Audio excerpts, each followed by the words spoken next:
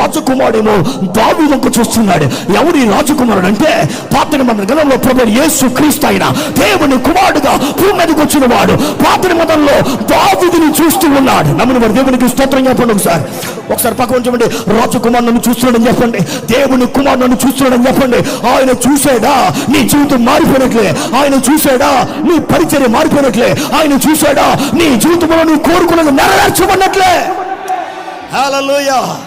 కొంతమంది మనుషులు చూడాలని చేస్తారు, మనుషులు చూడాలని పరిచర్య చేస్తారు, మనుషులు చూడాలని ఇది చేస్తారు. చూస్తే నీ జీవితం అంతే అలాగే ఉండిపోతే. కానీ దేవుడు చూస్తున్నాడు, నా రాజు చూస్తున్నాడు, నా భక్తి చూశాడు, నా కన్నీరు చూశాడు, నా ప్రార్థన చూశాడు అని కనుక నువ్వు చేయగలిగితే నీ స్థితి, నీ గతి, నీ భవిష్యత్తు మార్చబోతూ ఉన్నాడు ఆయన. Hallelujah. Jonathan is looking at the David. దావీదుకు జోనాథన్ చూస్తూ ఉండిపోతున్నాడంట.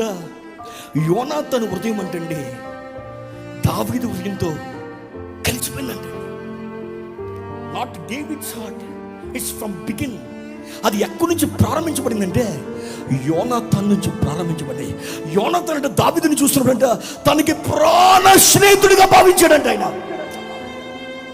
ఆ ప్యాలెస్లో దావీదుని ఎరిగిన వాడు ఎవరు లేరు, ఆ ప్యాలెస్లో దావీదుని ప్రేమించేవారు ఎవరు లేరు, ఆ ప్యాలెస్లో దావీదు పైన కనుదృష్టి నిలిపి దావీదుకి ఏదో చేద్దామని ఎవరు లేరు. కానీ అసలైన వ్యక్తి ఉన్నాడు, ఆయన రాజకుమారుడు. నమ్ముని వారి దేవునికి స్తోత్రం చెప్తాం. ఆయన ఒక్కడే చాలు మన జీవితానికి, యేసు ఒక్కడే చాలు మన జీవితానికి. ఆయన ఉంటే చాలు, ప్రపంచం అంతా ఒక పక్కనున్నా ఆయన చాలు.